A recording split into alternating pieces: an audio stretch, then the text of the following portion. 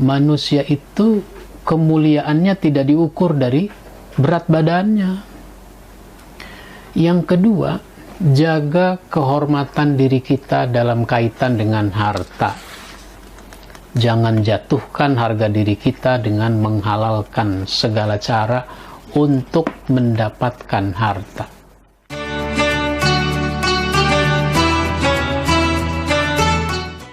Assalamualaikum warahmatullahi wabarakatuh. Kaum muslimin yang dimuliakan Allah subhanahu wa ta'ala, kita ini dicipta oleh Allah sebagai makhluk yang terhormat.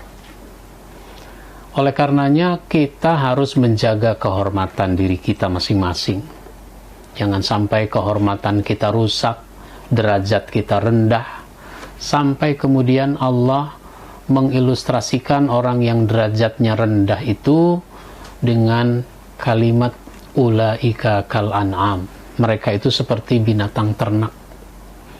Allah nggak menyebutnya dengan ulaika kal hayawan. Mereka itu seperti hewan, tapi disebutnya kal an'am, seperti binatang ternak. Ini disebutkan dalam surat Al-A'raf ayat 179. Kenapa begitu ya?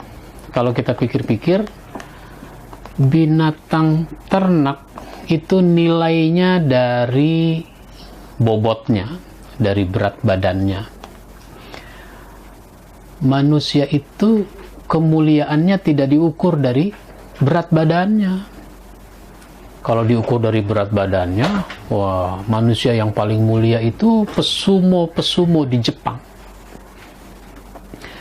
Tapi di kalangan binatang, itu ada binatang yang nilainya karena kelebihannya, karena keunggulannya. Misalnya burung dengan kicauannya, sehingga burung yang sekepel itu bisa 10 juta, bisa 50 juta. Sementara kambing yang beratnya 20 kilo, 2,5 juta. Ada yang di atasnya lagi 30 juta, 3 juta, dan seterusnya. Nah, manusia ini harus menjaga kehormatan. Dari hal apa? Nah, di dalam buku yang saya tulis, 60 pesan Ramadan. Menjaga kehormatan dari 3 hal. Yang pertama, menjaga kehormatan dari perzinahan. Jangan sampai kita berzina. Kalau kita berzina, maka derajat kita jatuh, martabat kita jatuh, rendah. Nah, ini kalau orang berzina. Kenapa? Karena itu seburuk-buruknya jalan hidup. Wala taqrabuz zina innahu kana fahisha wa sa'a sabila. Jangan kamu dekati zina. Sesungguhnya zina itu perbuatan yang keji dan seburuk-buruknya jalan hidup. Maka ketika orang berzina, rendah dia, jatuh dia, harga dirinya di hadapan Allah subhanahu wa ta'ala. Ini bukan berarti orang tidak boleh melakukan hubungan seksual. Boleh, cuma hubungan seksual itu halalnya dengan akad nikah, bukan suka sama suka. Dia tidak jadi halal dengan suka sama suka. Dia tidak jadi halal karena bayar. Dia halalnya dengan akad nikah yang sah. Yang kedua, jaga kehormatan diri kita dalam kaitan dengan harta. Jangan jatuhkan harga diri kita dengan menghalalkan segala cara untuk mendapatkan harta. Nah, ini banyak terjadi. Sampai kemudian orang mencari legalitas hukum biar supaya apa yang tidak halal seolah-olah bisa jadi halal. Enggak.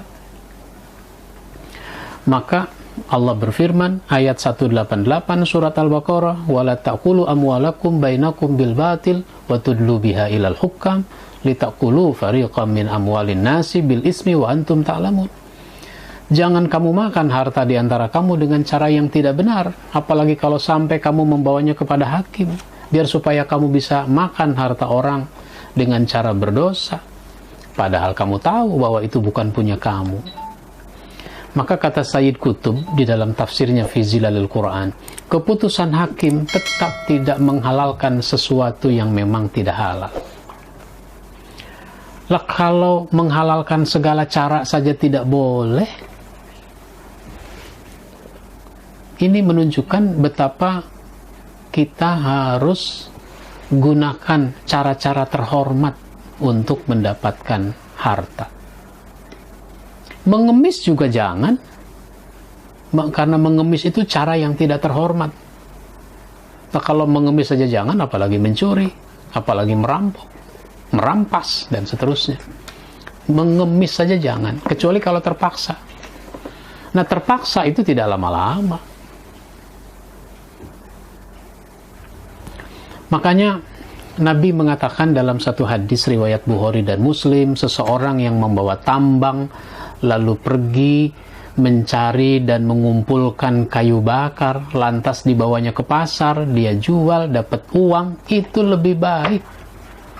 Nah, kalau sekarang kita itu namanya pemulung. Jadi pemulung lebih baik daripada meminta-minta, yang kadang orang kasih, kadang tidak. Meminta-minta, mengemis, itu cara yang merendahkan diri kita. Kalau kita sudah punya harta, jangan jatuhkan diri kita, kehormatan diri kita. Kenapa bisa jatuh kehormatan diri kita? Karena kita pelit, karena kita bakhil. Maka sesudah punya harta, jangan pelit, jangan bakhil. Kalau bakhil, jatuh harga diri kita di hadapan Allah dan di hadapan orang lain.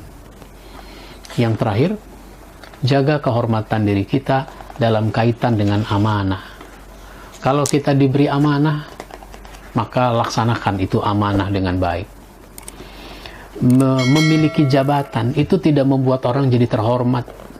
Berapa banyak orang menjadi hina karena jabatannya. Kenapa? Karena dia tidak amanah dengan jabatan itu. Mungkin dia jadi gubernur, mungkin dia jadi bupati wali kota, bahkan sampai menjadi presiden. Ada orang menjadi tidak terhormat karena tidak amanah, tidak menjalankan tugas dengan baik. Lalu yang sangat penting dalam kaitan dengan amanah itu adalah menyampaikan titipan. Kalau orang nitip sesuatu kepada kita, sampaikan pada orang yang berhak.